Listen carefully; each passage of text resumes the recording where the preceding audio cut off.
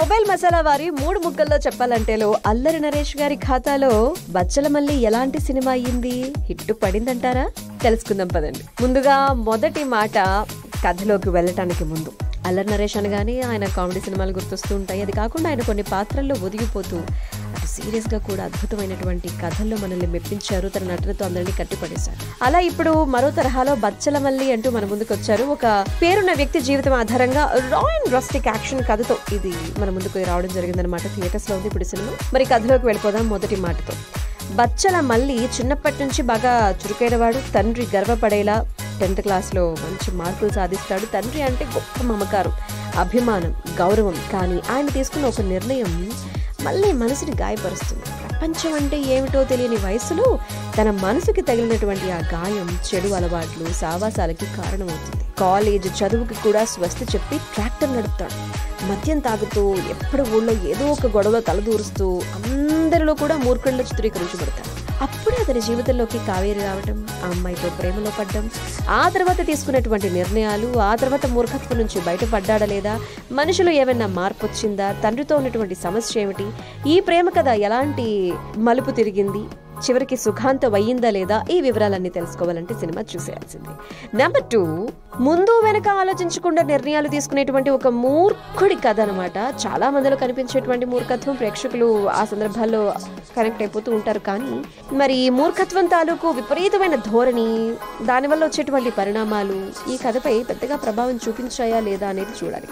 ఎందుకంటే విలనిజం ఛాయలతో కనిపించేటువంటి హీరో రా అండ్ రస్టిక్ వాతావరణంలో కూడినటువంటి గ్రామీణ కథా చిత్రాలు మనం ఈ మధ్య చాలా చూస్తున్నాం కదా. అయితే ఆ ట్రెండ్లో భాగంగా మనం కూడా మరి వీరి ప్రయత్నం చేసి మన ముందుకి సినిమాని తీసుకొచ్చారా అని అనుకోవాలి. పాత్రల్ని, కథ నేపథ్యాన్ని ఆవిష్కరించడంలో, మరి కథను మనకి చూపించినటువంటి విధానంలో కొన్ని మార్పులుంటే బాగుండు అనిపిస్తుంది అనమాట. బికాస్ బచ్చలమల్లి జీవితంలో జరిగినటువంటి 3 సంఘటనలు తీసుకుని ఈ కథని మలిచారు అని చెప్పి సినిమా టీం వారు చెప్పారు. మరి ఆ సంఘటనలు జీవితంలో చాలా సాధారణంగా చాలా సినిమాలు చూసినట్టే అనిపిస్తాయి.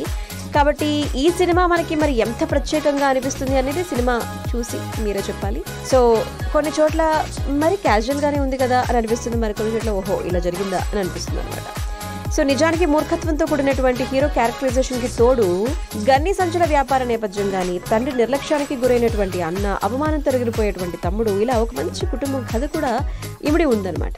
కానీ ఆ అంశాలపై ఇంకొంచెం కసరత్తు చేస్తే బాగుండు అనిపిస్తుంది. హీరో పాత్రలపై ఇంకొంచెం జాలి కలిగేలా ఇంకేమైనా సీన్స్ యాడ్ అయి ఉంటే బాగుండు అనిపిస్తుంది. ప్రేమ పుట్టదు, కోపం రాదు.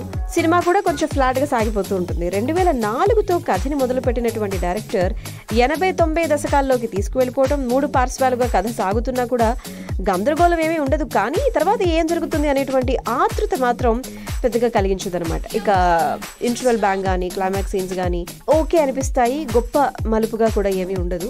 ఫైనల్ గా సినిమా టైటిల్స్ పడడానికి బిఫోర్ క్లైమాక్స్ లో కొన్ని సీన్స్ కొంచెం హృదయంగా సాగుతూ సినిమాపై మంచి ప్రభావాన్ని అయితే కనుక చూపించాయి. నెంబర్ 3, బచ్చలమల్లి పాత్రలోకి నరేష్ గారు పరకాయ ప్రవేశం చేసినటువంటి తీరైతే గనక సినిమాకి హైలైట్. గాలి సీను తరహాలో గుర్తుండిపోయే పాత్ర 3 కోణాల్లో తెరపై మనకి కనిపిస్తూ మంచి వైవిధ్యాన్ని మనకి కనబరుస్తారు. డైలాగ్ డెలివరీ ప్రత్యేకంగా అనిపిస్తుంది. కావేరి పాత్రలో అమృత కూడా అమాయకంగా మంచి పర్ఫార్మర్ అన్నమాట, బాగా ప్రదర్శించారు. మంచి నటన మనకి నచ్చుతుంది. రావు రమేష్ గారి పాత్ర కూడా అందరికీ నచ్చుతుంది. పెళ్లి చూపుల భాగంగా వచ్చేటువంటి ఒక సీన్ లో అల్లరి నరేష్ కి, రావు రమేష్ కి మధ్య జరిగేటువంటి ఆ సన్నివేశాలు కూడా నచ్చేస్తాయి మనకి. క్లైమాక్స్ లో ఆయన నటన బాగుంటుంది. ఇక కన్నడ నటుడు అచ్యుత్ కుమార్ గారు సాధారణంగా కనిపిస్తారు కానీ మంచి విలనిజం పండించారు ఆయన. రోహిణి, బలగం జయరాం, హరితేజ, ప్రవీణ్, వైవహర్ష అందరూ కూడా మనకి వారి వారి పాత్రలో అద్భుతంగా పెర్ఫార్మ్ చేశారనిపిస్తుంది. సో సినిమా ఉన్నతంగా ఉంది. విశాల్ చంద్రశేఖర్ గారి మ్యూజిక్ మనకి నచ్చుతుంది. ముఖ్యంగా మా ఊరి జాతరలో పాట దగ్గరగా బాగుందనమాట. సినిమాకి స్పెషల్ అట్రాక్షన్. ఇక నేపథ్య సంగీతం బాగుంది. రిచర్డ్ ఎం నాథన్ కెమెరా అంటే ఒక మంచి గ్రామీణ వాతావరణాన్ని మనకి పక్కగా చాలా బాగా చూపించడం జరిగింది. ఎడిటింగ్ అండ్ ఆర్ట్ విభాగాలు కూడా మంచిగా మనకి వారి ప్రతిభను కనబరిచారు. ఇక నిర్మాణ పరంగా కూడా ఎట్లాంటి లోటుపాట్లు లేవన్నమాట, ఉన్నతంగానే తీశారు. డైరెక్టర్ సుబ్బు కొన్ని సీన్స్ పై అండ్ కథా నేపథ్యాన్ని ఆవిష్కరించడంలో తనదైన ముద్ర వేశారని చెప్పాలన్నమాట. బట్ హైలైట్ ఏంటంటే కనుక అల్లరి నరేష్ గారి నటన, కథా నేపథ్యం, కొన్ని ట్విస్ట్లు. ఇంకొంచెం రక్త కట్టించుంటే బాగుంటుంది కథనం. కొన్ని ఎమోషన్స్ ఇంకా యాడ్ అయ్యి ఉంటే బాగుండనిపిస్తుంది. సో మనందరి అల్లరి నరేష్ గారి కోసం ఖచ్చితంగా బచ్చలమల్లిని ఒక్కసారి థియేటర్లో ఒక లుక్ వేసేసుకోవచ్చు.